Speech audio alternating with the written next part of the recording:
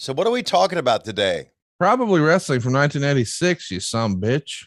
You, don't some bitch me, some Oh, bitch. okay. Sorry. I was just trying to be entertaining and whatnot. Okay. Hey, you know what? I don't know what, but I know who, and he's a hell of a guy. Okay, so I really have been enjoying the 80s so much that I'm really, really missing the 80s in my life.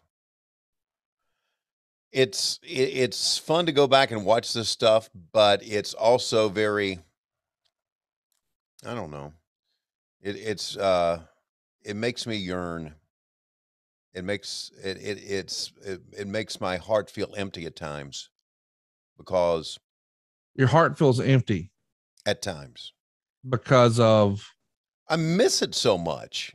what, Uh, the 80s music, the 80s wrestling, the 80s yes, all of that. television. Yeah, the 80s television, the 80s music, the 80s wrestling, my kids being very young and a house full of kids, Lois and I struggling like we were, and we really were struggling back at that time because I was still on a baseball salary and I would get additional money for doing these shows and to get additional money for doing ring announcing and the money wasn't that good. I got $150 per show. That's all I got. And I would go out and do the ring announcing. I get $100. So when they wanted me to go out, and I've talked about this many times, when they wanted me to go out and be a ring announcer, I would gladly do it for a number of reasons because I liked hanging out with the guys and because I really needed the money. I've told the story many times that when that one time I went to the and I this is when I first started. I did this Ric Flair interview and I was starting to do some things on TV. So I wanted to go to the Charlotte Coliseum to see a match on a Sunday night. Lois said, "Go ahead and go." And Lois was pregnant with Laurie, and Matt was little, so I went. They needed a ring announcer that night. David looked up in the crowd, found me, and I came down there and did the ring announce. Did the ring announcing, my first ring announcing gig. They gave me a $100 bill, and I brought that home, and I showed it to Lois, and we were so excited about a $100 bill. And I knew then that, man, this could lead into something pretty good because, basically, I was making with the baseball team. I was making $15,000 a year, I think. Ooh, you weren't spending all that in one place now, were you? No, I was not. Good. So, and I continued to make that through my years of Jim Crockett promotion. They never did up my salary. They just kept give. They didn't. They just kept giving me. I had a base salary of $15,000, but they just kept, TV. Every time I go out and do TV, I'd get $150. Well, So I'm with you. I really wanted you to say, yeah, this was a great time in 1986. It was some great wrestling, but woo, it was tight at home with 17 years. well, well, what I'm saying is, I started a garden.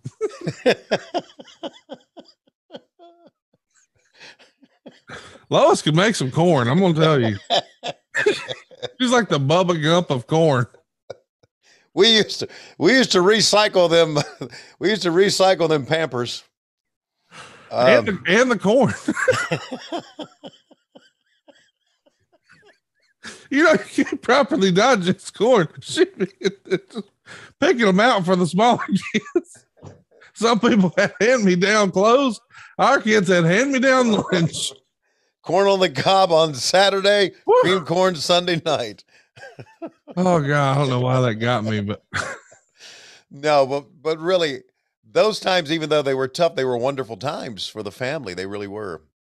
They obviously made our marriage closer, and it was just those were good times. I miss them. I desperately miss the '80s, and this just proves it. And for our fans on Patreon, just this past month, one of our bonus shows was a Saturday night's main event from the '80s, and again, you go back and you watch that, and you miss the '80s. So I miss them, man. I hate all of your sci-fi Thank you. movies and whatnot. I get annoyed that you're a grown man and you like all that stuff. But I have to admit, at least once a week, I really, really wish that time travel was possible. Yeah. Yeah. And what made time travel so cool in the 80s was Back to the Future. I'm just saying, if we could go back and actually relive now as an adult with the benefit of our life experiences, how much we would savor one trip back. What would you go relive? Maybe there's a whole section. Maybe you could just start over. Not that you necessarily want to change things, quantum leap style. You just want to go relive it. What year would you go back to? Would you go back to 83? Is that Woody Woodpecker there? No, that's my daughter calling. Let me call her back. Or let me text her. Just to answer right now and just talk to her on the air. You really want to do that? Yeah, why not? Okay. Give me a second. I'll call her back.